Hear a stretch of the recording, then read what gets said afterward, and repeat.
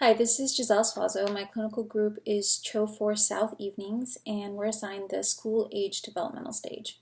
So in this stage, Erikson's psychosocial developmental theory is industry versus inferiority. Children become capable of performing increasingly complex tasks at this stage. So as a result, they strive to master new skills. School age and social interaction also play an important role. Through social interaction, children begin to develop a sense of pride in their accomplishment and abilities. So an experience that comes to mind when I think of industry versus inferiority was witnessing my two nephews growing up. So the youngest of my nephews, I'll call him Sam, turned 7 years old last spring. During one of my regular visits to my sister's, his mom's house, last spring, she would schedule our chatting time around doing his second grade homework with him. So I noticed that he struggled mostly with math and always wanted to quit, but my sister always praised him for doing his best. And she also encouraged and supported him to finish the assignments.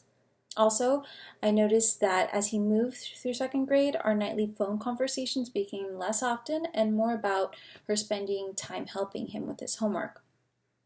Then after making a visit to him this spring, and now in third grade, I asked him how his school was going, and he said good, and began telling me about all the friends he has and how he won a reading award.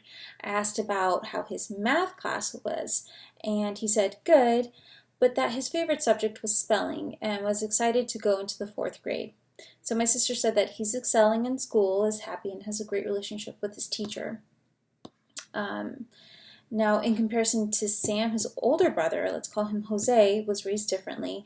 When Jose was of school age, my sister was 19 years old, and talking to her now, she says that she fought with this idea of adjusting her lifestyle to one of a single-parent family. So most of her time was either working or out with friends in the evening. When Jose was of school age, he struggled in many of his classes, but my sister was uninterested in assisting him with his nightly homework. And that's kind of a reflection that my sister has looking back also. This led to a cycle of him feeling bad about his poor grades.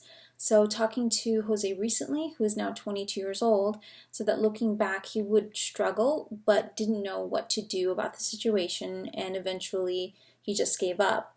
And then his following school years, his grades did actually didn't improve. And school was just difficult for him in general.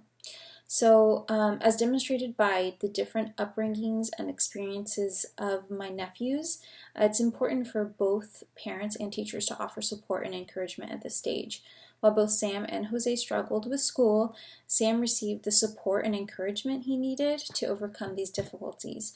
Jose, on the other hand, lacked the social and emotional encouragement he needed. Children who are encouraged and commended by parents and teachers develop this feeling of competence and belief in their skills. So Sam was developing a sense of industry, whereas Jose was left with feelings of inferiority.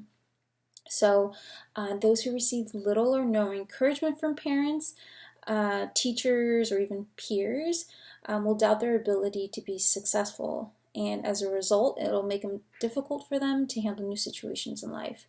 So in conclusion, unconditional love and support from adults can help all children through this stage, but particularly those who may struggle with feelings of inferiority.